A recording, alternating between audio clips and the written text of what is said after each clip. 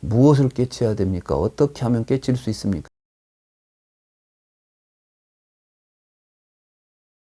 사실 우리가 불교는 깨달음의 종교다, 깨쳐야 된다고 말하지만 무엇을 깨쳐야 됩니까? 어떻게 하면 깨칠 수 있습니까? 이런 이야기들을 물어보면 굉장히 막연하죠. 뭘 깨닫자는 이야기죠? 이렇게. 그런데 아까 제가 말씀드렸잖아요. 불교의 깨달음이라는 것은 어떠한 우리는 이제 깨달음을 통해서 없던 걸 하나 찾아내려고 해. 잘못 생각하면 특히 이제 대승불교에서 뭐 진여, 번각, 뭐 번심, 청정한 자성 이런 이야기들 하게 되면 여러분들이 볼 때 뭐 자성이 보입니까? 진화가 보입니까? 안 보여. 눈에 안 보이는데 뭘 찾아라 하니까 어디 숨바꼭질 하듯이 그걸 찾아내는 게 깨달음인 줄 알아. 근데 깨닫는다는 말 자체는 뭐냐 하면 우리가 이제 내가 잘못 생각했구나라고 깨닫게 되는 게 있죠. 깨달으면 항상 뭐가 있냐면 내가 진실을 알고 있을 때는 깨달는다는 말의 의미가 필요가 없어요. 나는 저 친구가 저게 친구인 줄 알았어. 그랬더니 내가 어려운 처지가 되니까 오히려 내가 좀 힘이 있고 권력이 있을 때는 내 옆에 와서 참 친한 친구처럼 하더니만 내가 어려워지니까 나를 외면하고 오히려 나를 무시하고 그럼 그때는 어떻게 돼요? 참 친한 친구인 줄 알았더니 친구가 아니었구나라는 사실을 깨닫게 되죠. 그러니까 불교에서 깨달음은 쌍유타 니카에서 뿐만이 아니라 불교에서 깨달음은 있는 그대로의 진실을 깨닫자는 거예요. 진실을. 그럼 이제 뭐 어떤 게 진실이에요? 내가 지금 괴롭죠. 우리는 괴로움을 어떻게 생각했어요? 아까 밖으로부터 내가 원하는 것이 없으니까 괴롭다고 느껴왔지 않습니까? 근데 뭘 깨닫게 돼요? 부처님 말씀을 통해서 나라는 생각을 붙잡고 있으니까 괴로웠구나. 오온을 나라고 붙잡은 데서 괴로움이 왔구나. 부처님 말씀을 들어보니까 오온은 내가 아니다. 오온 속에는 나도 없고 나 속에 오온도 없고 오온하고 나하고는 아무 상관도 없고 오온은 있는 놈도 아니야. 공한 거야. 실체가 없는 거야. 그럼 이제 부처님께서 오온 개공 이렇게 말씀하시잖아요. 그러한 사실을 깨닫는 거예요. 그러니까 불교 교리는 이해하는 데서 그치면 안 돼. 그것을 자기가 직접 이거였구나라고 깨닫게 되는 거예요. 이 깨달음은 그런데 뭘로 오느냐? 관념적으로 오지 않아요. 여러분이 저 친구가 진정한 친구가 아니라 원수였다는 사실을 관념적으로 깨닫게 되겠어요? 당해보니까 깨닫게 되겠어요? 잘해줄 때는 친구인 줄 알았어.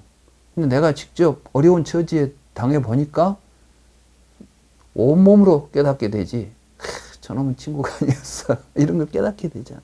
이런 걸 이제 자증, 체험 이렇게 말하는 거예요. 그래서 불교의 깨달음이라는 것은 많은 사람들이 불교 공부하면서 이해를 깨달음이라고 생각하는 경우가 많아요. 내가 뭐 좀 보고 이해했어. 연기가 뭐인지 알았어. 나는 이제 깨달은 것 같아. 그게 뭔 깨달은 거예요? 깨달은 게 아니에요. 그래서 이제 직접 사실 이게 진정한 내가 지금까지 잘못 보고 있었다는 사실.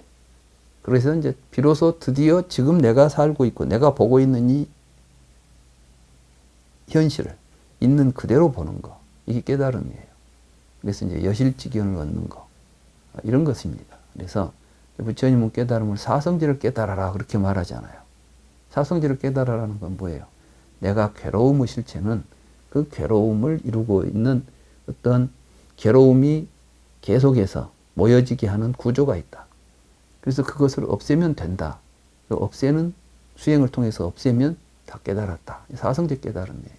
이러한 사성제의 깨달음을 이제 좀 더 구체적인 우리 의식 구조로서 설명해 내는 게 12연기의 유전문과 합멸문인 것이고. 그래서 이제 좀 교리적으로 이야기할 때 불교에서는 뭘 깨달아야 됩니까? 또 쌍유타 니카에서 깨닫지 않은 건 뭡니까? 그럼 오는 내가 아니라는 거, 이거 무상하다는 것, 괴로움이라는 사실. 비어 있다는 사실. 그래서 이제 12연기에 무지로 붙어서 형성되고 있는 허망한 자아의식, 망상들이 모여 나타난 게 괴로움이라는 사실. 그래서 고진멸도 사성제를 깨닫는 거고 연기를 정확하게 보는 거예요. 이런 걸 이제 깨달음이라고 불러요. 12연기를 개념적으로 알고 있고 이해하고 있다고 해서 깨달았다고는 전혀 말할 수가 없어요. 그건 마치 수박을 보고 저게 수박인 줄 알았다고 해서 수박 맛을 알 수가 없듯이 수박을 1000개를 봐도 수박 맛은 못 느껴요. 수박 맛을 알려면 직접 수박을 먹고 입맛을 다시 봐야 하는 것이지. 그렇죠?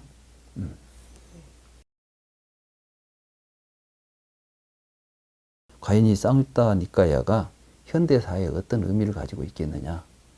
예? 그래서 현대인들에게 도대체 이게 어떤 역할을 할 수 있겠느냐. 이게 이제 또 그런 의미로 해석해도 될 것 같아요. 이제 불교인들은 이 쌍유타 니까야를 가지고 현대사회에서 어떻게 이걸 이제 사용할 수 있을 것인가도 이 안에가 함께 포함된 문제라고 생각이 됩니다.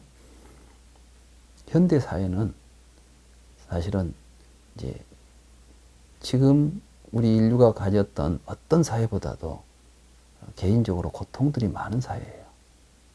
가장 문명화되었다고 하지만 가장 고통스러운 사회입니다. 우리는 그걸 분명하게 깨달아야 됩니다. 예를 들면 우리가 뭐 원시 생활을 하고 있다고 하는 뭐 아마존이나 또는 인도네시아의 어떤 정글에 살고 있는 그 사회와 현대 사회와 격리되어 있는 부족들이 있잖아요. 그들을 가서 보면 그 사람들은 인생 괴롭다는 이야기를 잘 하지 않아요. 먹는 건 보면 되게 보잘것없고 입고 있는 것도 별로 벌거숭이로 거의 살죠. 그런 거 하면 집도 보면은 내 방도 네 방도 없더라고. 그냥 어디 움막 같은 데서 같이 살아요. 뭐 저게 사람 사는 거야. 저런 데서 어떤 행복이 있겠어. 이렇게 느끼겠는데 그 사람들 스스로는 뭐가 불만이냐는 거지. 아주 행복하게 살고 있는 거예요. 그렇다면 지금 우리는 이 행복의 문제를 우리가 이뤄놓은 물질적인 그 성취로 해결할 수 있다고 생각하는 것이 착각이라는 사실을 좀 깨달아야 되지 않겠어요? 이런 게 깨달음들이에요. 이런 깨달음들. 그리고 우리 이제 현대사회가 그렇게 외형화된 또 개인화된 의식은 전부 인간이 개인화되어 있어요. 그리고 개인화되기 때문에 나 아닌 것은 전부 밖에 있는 것은 나와 아닌 나의 이제 적이 되어 있죠. 나와 적대시 되어 있는 대상들이 되어 있죠. 그러니까 외롭죠. 그래서 자기를 보호해 줄 수 있는 것은 자기의 소유물이라고만 생각하니까 소유에 더욱더 집착하죠. 근데 소유는 우리에게 만족을 주지 못하기 때문에 갈등은 더욱 내적인 갈증은 더욱 증대하죠. 정말 현대인들에게 필요한 게 부처님의 가르침입니다. 또 그 속에서도 자기에 대한 이해입니다. 과연 나는 누구인가? 진정한 나는 무엇인가? 이러한 고통으로부터 벗어날 수 있는 바른 길은 무엇인가? 이런 것들이 이제 현대인들에게는 가장 크게 요구되는 이 시대적 문제라고 저는 보고 있고 거기에 대한 답이 쌍유타 니까야에 있다. 그렇기 때문에 쌍유타 니까야가 바로 그러한 문제를 해결해 줄 수 있을 것이고 그런데 활용될 수 있을 것이다.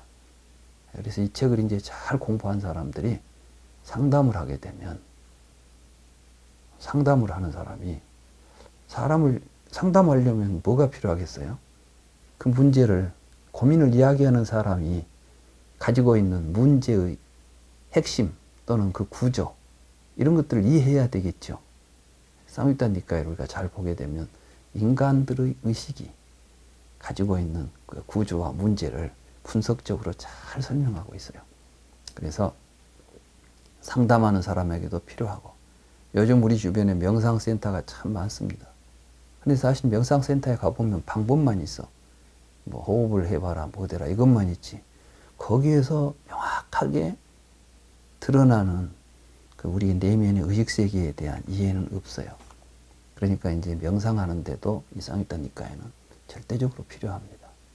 그리고 이제 상담이나 명상이나 또 교육 현장에서 우리가 애들을 가르칠 때 인간의 문제가 뭐냐 이런 한마디로 말해서 이 쌍이타 니카야는 현대 사회의 모든 분야에 쉽게 말하면 뭐 공장에서 기계 만드는 데는 쌍이타 니카야가 그 기계 만드는 설계도를 만들어낼 수는 없겠지만은 인간이 살아가는 삶 속에서 느끼는 모든 정신적인 이런 문제들에는 쌍이타 니카야의 내용들이 다 활용될 수 있다. 또 절에서 스님들이 이걸 잘 이해해가지고 이제 설법을 하게 되면 부처님의 법을 바르게 이해시키고 사람들을 바르게 지도할 수도 있다. 하여간 나는 이 쌍이타 니카야가 굉장히 활용도가 많아서 뭐 하나 딱히 이런 데 쓸모가 있다고 할 수 없을 정도로 많은 활용 가능성이 있다고 봅니다.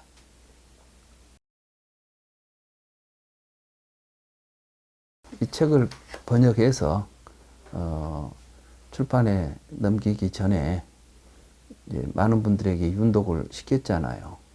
같이 읽어보신 분들이 그 전에 이제 어떤 그 니까야 번역, 또 특히 이제 쌍이타 니까야 이런 번역을 보면 그것이 도대체 무슨 말을 저렇게 하고 있는지 번역 자체가 선뜻 우리에게 이해되지 않더라는 이야기를 많이 들었어요. 무슨 말을 하고 있는지를 모르겠더라. 그냥 한글로 번역을 해놨는데 그게 무슨 말인지 이해가 잘 안 되더라. 근데 이제 이 번역을 보고는 그 말이었구나 하고 훨씬 더 명확하게 이해할 수 있었다. 이런 이야기를 들었어요. 아마 이제 우리 편집장님께서도 직접 마지막 점검을 하셨을 때 읽어보셨을 테지만 이 니까야 번역이 일반 사람들이 읽었을 때 의미가 명확할 것이라고 저는 생각합니다. 그동안 읽었던 사람들이 다 너무나 상쾌해서 그동안 불경을 읽으면서 그 가졌던 그 애매하고 모호한 점들을 다 해소할 수 있었다라고 이구동성으로 이야기를 하는 걸 들었습니다. 그래서 아무튼 이번 이 쌍이타 니까야 내용은 아마 불교를 갈망하는 사람들에게 굉장히 큰 도움이 될 것 같고, 특히 이번에 이런 작업을 하는데 애를 많이 쓰신 편집장님, 또 우리 불광 출판사 여러분들에게도 아울러 감사를 드리고 싶습니다. 맞습니다. 네.